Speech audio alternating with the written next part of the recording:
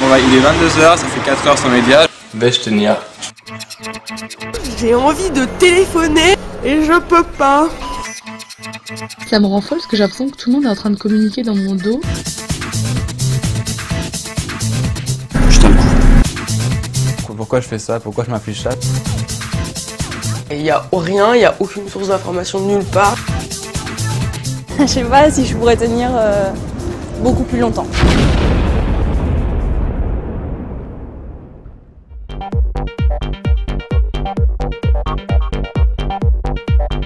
J'ai mon téléphone greffé à la main constamment. Et c'est vraiment un défi là de me dire que pendant 24 heures, j'ai accès à rien. Pour moi, participer à cette privation de médias va être une expérience assez difficile, étant donné mon rapport à l'information qui est quand même donc, quotidien. Je reçois plus de 150 flux RSS par jour.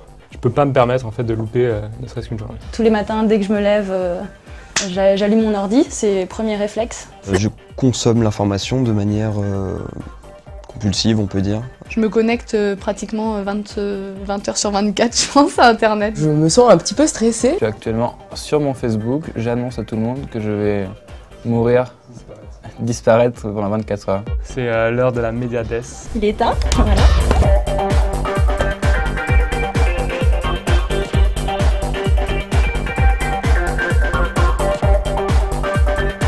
Première mise en situation, alors que l'expérience a commencé depuis 5 minutes. J'ai rendez-vous au théâtre avec ma copine et des potes. Je suis à la bourre et je peux pas les appeler pour les prévenir. Et oui, quand on n'a pas de technologie, on fait de la cuisine. Bon bah voilà, il est 21h, ça va faire 3 heures que je suis déconnecté. J'ai un petit peu fui ma solitude pendant 24 heures, je suis resté, on va dire, à tout casser 15 minutes tout seul en fait. J'ai réussi finalement à contourner le problème d'internet, puisque finalement j'ai réussi à m'occuper cette soirée. J'ai eu un flashback sur la soirée d'hier et je me suis rendu compte que finalement j'avais fait tout ce qu'il ne fallait pas. J'ai écouté de la musique, j'étais sur internet, on est finalement tout le temps en relation naturelle avec des objets qui sont connectés et qu'ils ont intégré un peu nos habitudes, même pendant les soirées quoi. Je peux pas consulter mon téléphone, pas mon ordinateur, pas ma télé.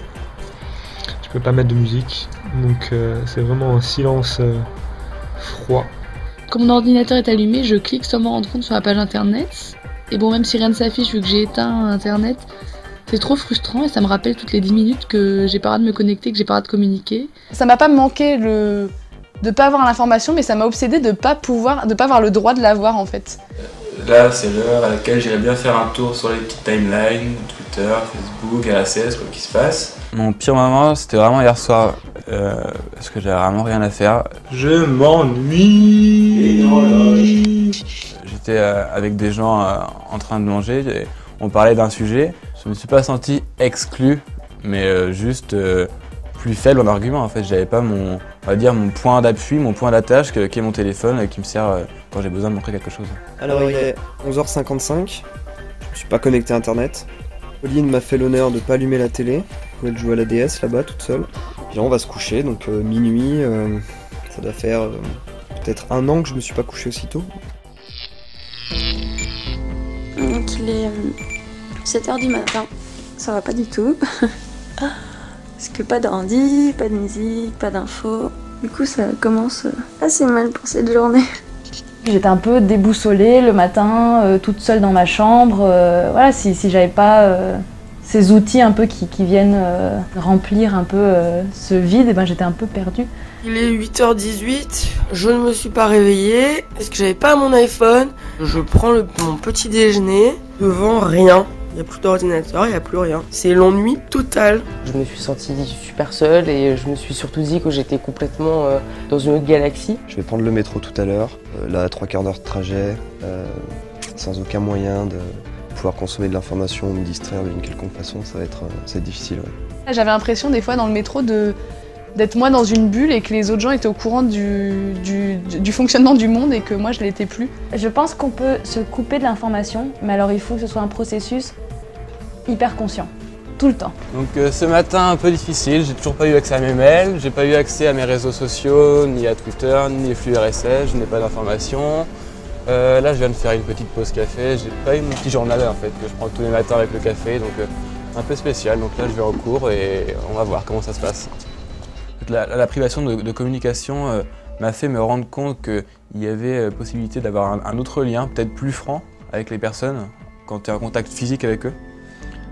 Mais par contre, ça m'a vraiment manqué d'interagir. Donc là, on arrive à un point crucial de mon trajet à Sciences Po, qui est le kiosque à journaux, devant lequel je passe à peu près matin et soir. Je vais passer devant, je vais passer derrière. C'est dur de tourner le dos à l'info parce qu'en fait, c'est trop intégré dans mes automatismes de la vie quotidienne. Donc c'est des trucs que je fais sans m'en rendre compte. J'espère qu'il ne se passe pas des choses trop importantes dans le monde que je rate. On m'a privé de nourriture en m'en privant d'actualité, qui est ma nourriture substantielle de quotidienneté. Et pour moi, c'est insatisfaisant, quoi. J'ai l'impression d'avoir en un sens perdu une journée. Bon bah les 24 heures de l'expérience sont passées. J'ai enfin le droit de me reconnecter. Donc là, j'ai à peu près 200 flux non lus qu'il va falloir que je rattrape ce soir. Je rallume mon portable. J'ai tout d'abord envie de savoir qu'est-ce qui se passe par rapport à ma vie personnelle. Et après, dans un deuxième temps, je m'occuperai du monde. Je vais direct sur l'application gilfigaro.fr pour voir le dernier flash d'actualité. J'ai 26 mails, dont 0 intéressant. Ça fait accumulation de mails pas importants et finalement je me rends compte que ma journée, je la passe à lire des mails pas importants. Donc ça confirme juste l'idée que ça sert à rien de se connecter en permanence. Ça aurait été 26 déceptions dans ma journée. Là, je suis impatient, je sais que je vais avoir beaucoup de notifications, tu vois, ça commence à sonner. Donc il y a pas mal de messages qui arrivent. Oh putain, il y a un mail, Élise recherchée, en titre majuscule du message. Et en fait, c'est une amie que j'ai pas prévenue ce qui allait se passer. Il y a des notifications, des mails, des Twitter, des Facebook, des WhatsApp, tout ce que tu veux. C'est un peu rouge de partout. Je me suis rendu compte qu'en fait, c'était un outil central dans ma vie. Je suis complètement addict, mais c'est pas une mauvaise drogue, quoi.